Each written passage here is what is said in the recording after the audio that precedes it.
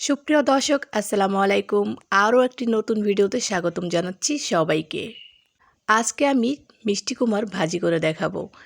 আর এর গুণাগুণ সম্পর্কে চলো আলোচনা করা যাক। আর এর গুণাগুণ জানলে তোমরা অবাক হয়ে যাবে। তো মিষ্টি কুমারটা আমি একটু বড় সাইজ করে কেটে নিয়েছি। যেহেতু ভাজি করলে মিষ্টি কুমারটা একদম গলে যায়, তো একটুখানি বড় সাইজ করে কেটে নিয়েছি। তো এটাকে ধুয়ে নিয়েছি। তো এখন আমি রান্নার প্রসেসে চলে যাব। তো এখন আমি কড়াইতে তেল দিয়ে দেব। তো দিয়ে দেব বেশ খানিক পেঁয়াজ কুচি। পেঁয়াজটাকে খুব ভালো করে ভেজে নিতে হবে। মিষ্টি কুমার এটি একটি খুবই উপকারী একটি খাবার আমাদের শরীরের জন্য। তো মিষ্টি কুমড়া আমাদের শরীরের ওজন কমাতে সাহায্য করে, হজম শক্তি বৃদ্ধি করতেও সাহায্য করে মিষ্টি কুমার।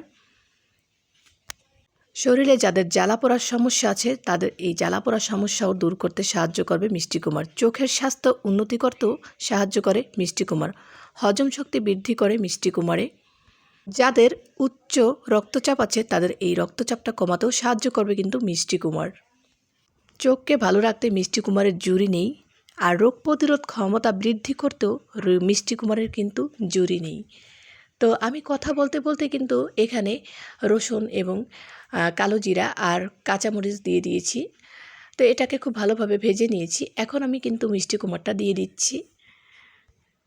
এভাবে কালো জিরা দিয়ে মিষ্টি কুমার ভাজি করলে কিন্তু খেতে অসম্ভব ভালো লাগে। তো এখন আমি একটুখানি হলুদের গুঁড়া দিয়ে দেব। হলুদের গুঁড়া চাইলে নাও দিতে পারো, যেহেতু মিষ্টি কুমারটা এমনিতেই হলুদ, এখানে না দিলেও হয়। তো এখন আমি পরিমাণ মতন লবণ দিয়ে দিলাম। খুব বেশি উপকরণ দিতে হবে না, কিন্তু খুব ভালো লাগে খেতে।